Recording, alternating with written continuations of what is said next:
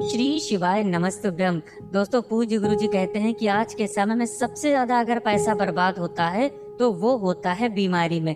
हर घर में कोई ना कोई सदस्य ऐसा जरूर मिल जाता है जिसके आंतों में कोई समस्या है, या फिर लीवर में कोई दिक्कत है, या फिर उसे बीपी है, शुगर है, या फिर थायराइड की समस्या है, या फिर उसके शरीर में कोई ना कोई ऐसा रोग, कोई ना कोई ऐसी भयानक बीमारी हो गई है जिसकी वजह से लगातार महीनों से या फिर सालों से उसकी दवाएं चल रही हैं, फिर भी उस व्यक्ति को आराम नहीं मिल पा रही है। डॉक्टरों को लगातार दिखा दिखा कर तथा सुबह से शाम तक दवाएं खा खा कर वो व्यक्ति अपनी बीमारी से परेशान हो चुका है। तो गुरु जी ने कहा कि अगर आपके जीवन में भी किसी गंभीर बीमारी को लेकर कोई समस्या चल रही है तो आपको भी ये छोटा सा उपाय जरूर करना चाहिए। अगर आप इस उपाय को करते हैं तो गुरु जी ने कहा कि हम यकीन दिलाते हैं कि कुछ ही दिनों में आपकी बीमारी में आपको आराम मिलना शुरू हो जाएगा। तो चलिए जानते हैं क्या है वो उपाय। लेकिन उससे गुरु जी ने कहा कि जब किसी व्यक्ति के शरीर में कोई भारी बीमारी हो जाती है तो उसे अपनी जिंदगी में कुछ भी नहीं अच्छा लगता है। उसे सबसे पहले यही लगता है कि उसका ये रोग किसी भी तरह से ठीक हो जाए, फिर उसके बाद दुनिया की सारी खुशियां उसके कदमों में होंगी। गुरु जी ने कहा कि हमारी बीमारी को ठीक करने की सबसे पहले जिम्मेदारी हमारे महादेव पर होती है। अगर हम महादेव के सामने कुछ बहुत ही सुंदर उपाय करते हैं तो हमारा चाहे जितनी गंभीर बीमारी हो चुकी हो, चाहे जितना पुराना रोग हो चुका हो, अगर हम भाव से महादेव के सामने ये उपाय करते हैं, अगर हम दिल से प्रार्थना करते हैं तो हमारे महादेव भी हमारी प्रार्थना को पूरे दिल से ही स्वीकार करते हैं। देखिए, इस वीडियो में हम पूज्य गुरु जी द्वारा बताए गए 2-3 बहुत ही सुंदर उपायों की बात करेंगे। इनमें से जो भी उपाय आप कर सकते हैं, जो भी उपाय आपके लिए आसान हो, वो उपाय आप अपनाकर अपने रोग से, अपनी बीमारी से मुक्ति पा सकते हैं। चलिए बात करते हैं गुरु जी द्वारा बताए गए पहले उपाय की। इस उपाय के लिए गुरु जी ने कहा कि इसमें आपको सिर्फ 1 लोटा जल लेना है। जल आप तांबे के पात्र में ले लेंगे और जल इसी के साथ आपको इसमें डालने हैं 2 चावल के दाने। सिर्फ 2 चावल के दाने डालेंगे, लेकिन चावल आपके टूटे हुए नहीं होने चाहिए, खंडित नहीं होने चाहिए। फिर इसके बाद ये जल लेकर आपको पहुंच जाना है किसी भी बेलपत्र के वृक्ष के नीचे।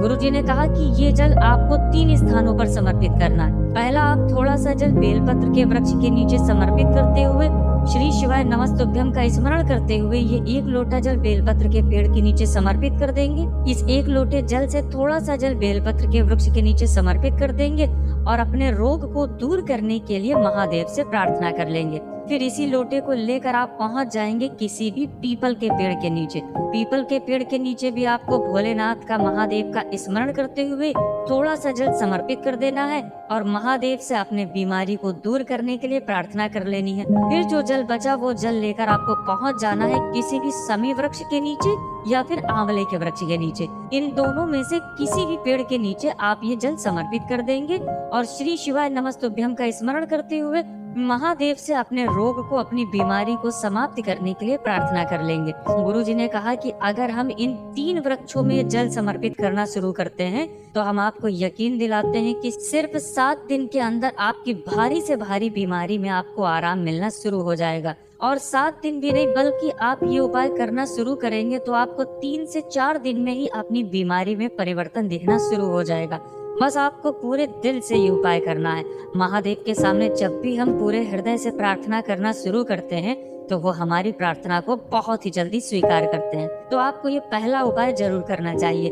अब जो लोग ये उपाय नहीं कर सकते हैं, जिन लोगों के घरों के आसपास ये वृक्ष नहीं है, तो वे व्यक्ति दूसरा उपाय कर सकते हैं। दूसरा उपाय बहुत ही आसान है और ये उपाय आप शिवलिंग के समक्ष जाकर कर सकते हैं। देखिए, इस उपाय के लिए सबसे पहले आपको जरूरत पड़ेगी 1 लोटे जल की। लोटा आप तांबे का ही लेंगे और जल आप अपने किचन से लेंगे। फिर इसी के साथ आपको इसमें 2 या 4 बूंद शहद की मिला लेनी है। इस 1 लोटे जल में आप 2-4 बूंद शहद मिला लेंगे और थोड़ा सा शहद आप एक छोटी सी कटोरी में या अन्य किसी भी पात्र में ले लेंगे।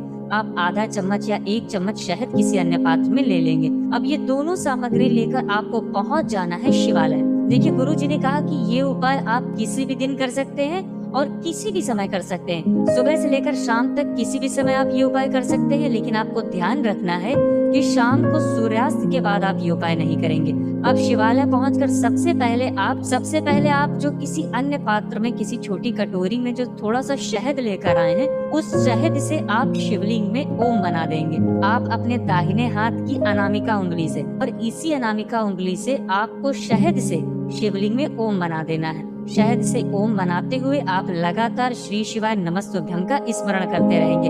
फिर इसके बाद आपके पास जो एक लोटा जल है, जिसमें आप 2-4 बूंद शहद मिलाकर लाए हैं, उस जल को आप शिवलिंग के ऊपर धीरे धीरे समर्पित करते जाएंगे और लगातार कुंदकेश्वर महादेव के नाम का स्मरण करते जाएंगे। कुंदकेश्वर महादेव, कुंदकेश्वर महादेव, इस नाम का स्मरण करते जाइए और ये एक लोटा जल धीरे धीरे शिवलिंग के ऊपर समर्पित करते जाइए।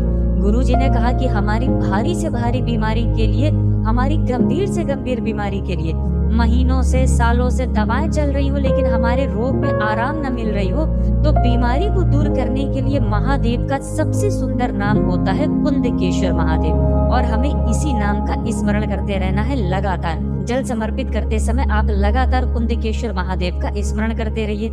इसके बाद आपको ये एक लोटा जल पूरा समर्पित नहीं करना है, बल्कि आप 70%, 80% जल समर्पित करने के बाद थोड़ा सा जल अपने इस एक लोटे में बचा लीजिए। फिर इसके बाद जो आपने जल समर्पित किया है वो जलाधारी से बहकर नीचे गिरेगा। उस जलाधारी से नीचे गिरने वाले जल को आप थोड़ा सा किसी पात्र में ले लीजिए। थोड़ा सा जल ले लीजिए और कुंदकेश्वर महादेव से अपने रोग को, अपनी बीमारी को दूर करने के लिए प्रार्थना कर लीजिए। फिर आपके पात्र में जो जल बचा हुआ है वो जल लेकर आपको पहुंच जाना है किसी भी बेलपत्र के वृक्ष के नीचे। गुरुजी ने कहा कि आपके पास जो जल बचा हुआ है, आप वो जल अब इस बेलपत्र की जड़ के नीचे समर्पित कर दीजिए और कुंदकेश्वर महादेव का स्मरण कर लीजिए। इसके बाद कुंदकेश्वर महादेव से अपनी बीमारी को दूर करने के लिए प्रार्थना कर लीजिए। बेलपत्र के नीचे भी आपको अपनी बीमारी दूर करने के लिए प्रार्थना कर लेनी है।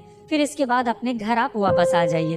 अब जो व्यक्ति बीमार है उस व्यक्ति को आप इस जल का थोड़ा सा आचमन करा दीजिए, यानी थोड़ा सा ये जल पिला दीजिए, और अगर नहीं पी पा रहा है तो आप उनकी दोनों आंखों में थोड़ा थोड़ा सा जल लगा दीजिए। अगर आप स्वयं के लिए ये उपाय कर रहे हैं तो स्वयं के साथ ऐसा कर लीजिए। गुरु जी ने कहा कि अगर हम हफ्ते में एक बार भी ये उपाय करना शुरू कर देते हैं तो 1 या 2 हफ्ते में ही हमारी बीमारी में धीरे धीरे हमें आराम मिलना शुरू हो जाता है। चाहे जितनी पुरानी बीमारी हो, हमें धीरे धीरे उससे मुक्ति मिलना शुरू हो जाती है। तो दोस्तों, ये थे पूज्य गुरु जी द्वारा बताए गए 2 बहुत ही सुंदर उपाय। अगर आपको जानकारी अच्छी लगी हो तो वीडियो लाइक करिएगा। मिलते हैं फिर एक नए वीडियो के साथ। श्री शिवाय नमस्तुभ्यं।